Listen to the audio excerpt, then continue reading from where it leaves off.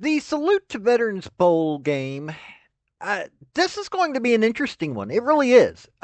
Troy Trojans, who are 8-5, they're Sun Belt. They're the losers of the Sun Belt championship game. Are facing the losers of the CUSA championship game in Jacksonville State Gamecocks. I'll be perfectly honest with you. Both of these are interesting teams. Jacksonville State is a high scoring team, primarily on the ground. They lost in a close one to FIU. The Kennesaw State game was a close one for the championship. They beat Kennesaw State the first time around in a decently close one, and then they got beat by Kennesaw State in the championship in a close one. It was 19-15. Southern Miss, they lost. Okay, that wasn't as close. Georgia Southern was fairly close. And to take on the Big 12 UCF, Central Florida, that was 17-10. This is a very fascinating team. And then you've got Troy Trojans, who, one of my favorite games of the year, they lost to Clemson, but they scored the first 16 points of the game. Clemson had to rally. Unfortunately, they lost in a almost blowout to Memphis. That was 28-7. Arkansas State beat them down 23-10. Old Dominion just completely blew them out the water, 33-0. And James Madison, yeah, pretty much destroyed them 31-14 in the championship game. But they did beat, Southern Miss, Georgia State. They had some good wins in there, though.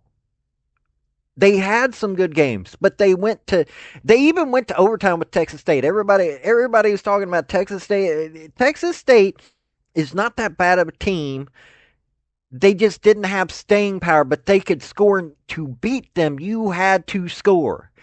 So Troy has that ability, but but it also depends on who's going to stick out of this game. That's the problem. That's what you have to try to figure out. But some of these folks are going to have to go, you know what? We want to go to a bigger school and we have to show what we're capable of doing. So this is a time to do it as well. This game is going to be in Montgomery, Salute to Veterans Bowl. It's going to be an interesting one. So before we get into my introduction, before we get into those numbers that are going to define what this season's been for them, hit like, hit subscribe. I cover college football. I love me covering me some G5 football. Oh, and by the way, I just love college sports. So hit like and subscribe if you like those things. Also, next, I got a link tree down below. It's got all my links. Got my Patreon in there. Got to plug my Patreon. Now let's get into this game. General Robert Nealon, legendary head coach from the University of Tennessee, Army general, so he is actually a general. He wasn't just called that. Had 7 maxims. Here's the two that you should pay attention to. The team that makes the fewest mistakes will win. The same goes in life. You're going to make mistakes. Make fewer of them, and you'll win far better.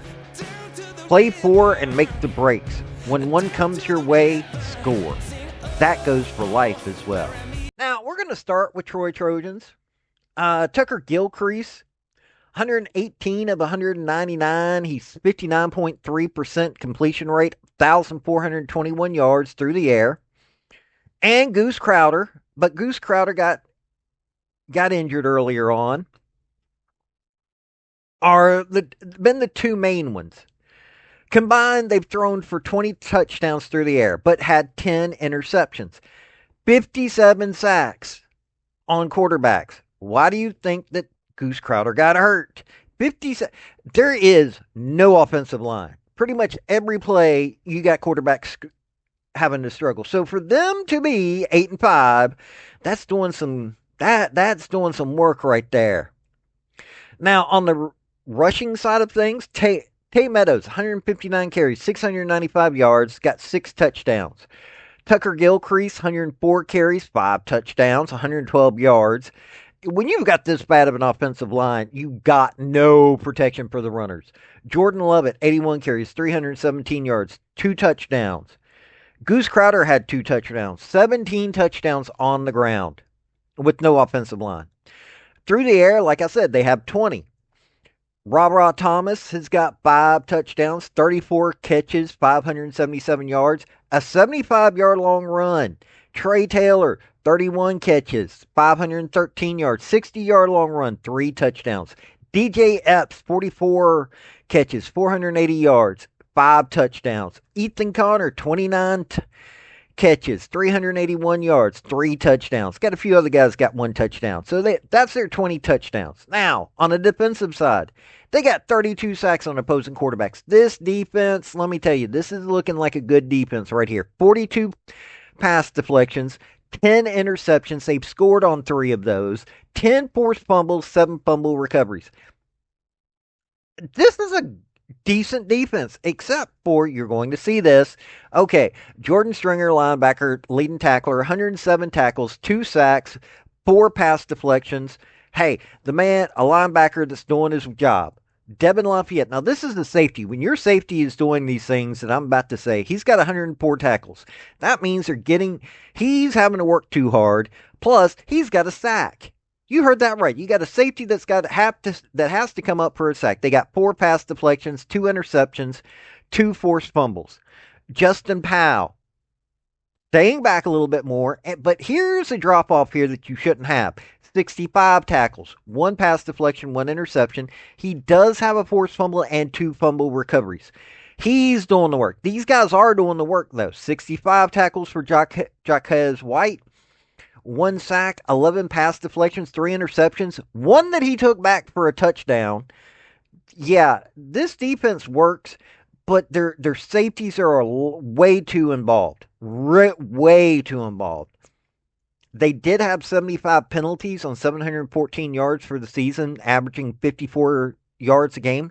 Not horrible, not good, just, right there. I'm looking at these sacks, 57 sacks for the year. They have no offensive line whatsoever.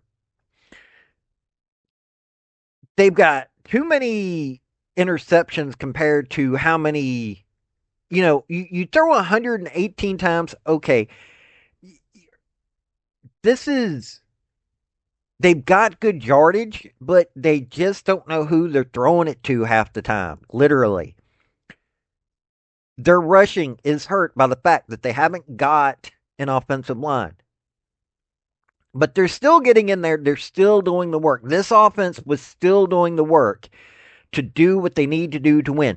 This defense, other than the fact that they're relying too heavily on too few guys, they're needing to do these safeties coming up for sacks. No. But, it showed. This defense was the good part of this. Their running game would have been far better if they'd had an offensive line. When your offensive line is that bad, it's going to screw up your entire offense, but they still are 8-5, so that means that they could win. Now, let's look at the Jacksonville State Gamecocks. Okay, Caden Creel, 116 of 191, 1,341 yards through the air, 60.7% completion rate through 8 touchdowns, 4 interceptions, was sacked 13 times. Total between everybody, they have 12 touchdowns through the air, 6 interceptions, so they're also only there. But they're sacks. They're able to do other things. And let me show you how that's important. Cam Cook, running back, rushing. He carried the ball 295 times, 1,659 yards, 73-yard long run, 16 touchdowns. Caden Creel, 169 carries, 1,085 yards, 73-yard long run, 7 touchdowns. Gavin Wimsett, the backup quarterback, 52 carries, 264 yards, 4 touchdowns. Andrew Paul, 25 carries, got 2 touchdowns. Christian Lando's got a touchdown. They got a couple of guys. They have 31 touchdowns on the ground. Receivers. DeAndre Johnson, 24 catches, 623 yards, 77-yard long run, 6 touchdowns. Brock Rexsteiner, 33 catches, 356 yards, 56-yard long run, 4 touchdowns. Pearson Baldwin, 25 catches, 292 yards, 52-yard long run, 2 touchdowns. 12. That's for their 12 through the air. This offense can score, but they're primarily on the ground. Now, let's take a look at their defense. They've only got 26 sacks, which is not bad, but compared to Troy, but considering what offensive line that they're going to be going up against, they got 44 pass deflections, 12 interceptions. They only scored on one of those interceptions, but still, they're doing good when it comes to taking out the pass game. Sorry. They got 13 forced fumbles, 10 fumble recoveries. Think about that for a second. They're stripping the ball at least once a game and usually recovering it. Walker Steen, linebacker, 80 tackles, 1.5 sacks, 1 pass deflection, 3 interceptions, 1 forced fumble, 1 fumble recovery.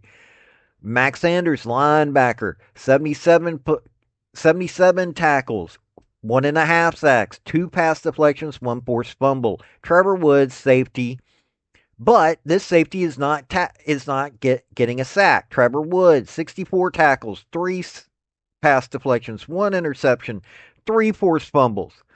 Now get this one. Caleb Nix, this dude, got to give this man credit right here. Because I was thinking Walker Steen having 3 interceptions, that would do something. No, Caleb Nix, who is a safety though, 56 tackles, no sacks whatsoever. So he's not coming up and taking care of the quarterback. No. You want to know why? He's coming back. He's deflecting passes, got 3 of them. Has 4 interceptions, got 191 yards, a 93-yard long run.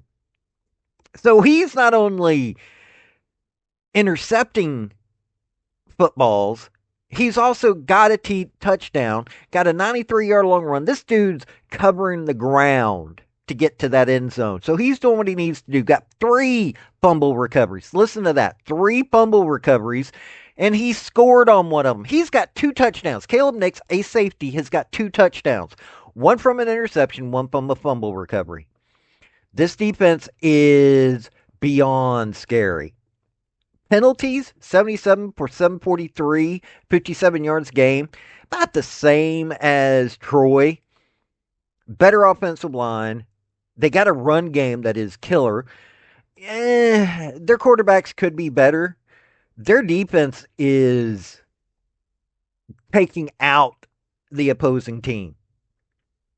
This team right here, Jacksonville State, they got Kennesaw State, who, by the way, I am not complaining about. Kennesaw State got lucky in beating them on the second go-round. This is a good team right here.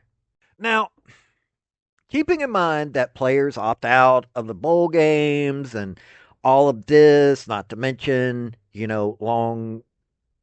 there could be injuries involved. I've tried to look all that up. I still think that Jacksonville State will win this game. Now, you listen to the professionals, and, either one of us could be wrong. They're saying Troy's going to win by 3.5.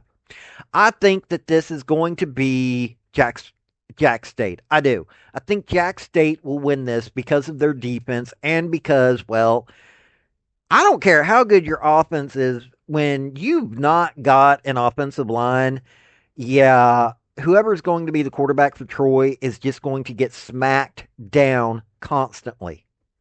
That's all that's going to happen. It's going to be a constant. You're going to get them smacked down.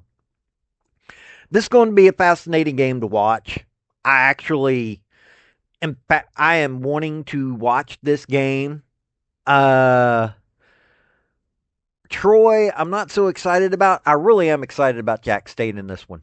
So, you tell me what you think on this. I really do want to see, but I do believe that, this should be a Jack State Gamecocks because everything is looking far better for them in this scenario. But, like I said, you tell me what you think. This has been Paul with Redneck Sports. Y'all have a good day now. Bye. I hope that you liked the video. I really do. Hit like and subscribe for me, because I'm going to come out with far more videos. and you get all kinds of chance. Also, don't forget, my link tree's down below. You can get to my Patreon that way or go to my other stuff. This has been Paul. Have a good day.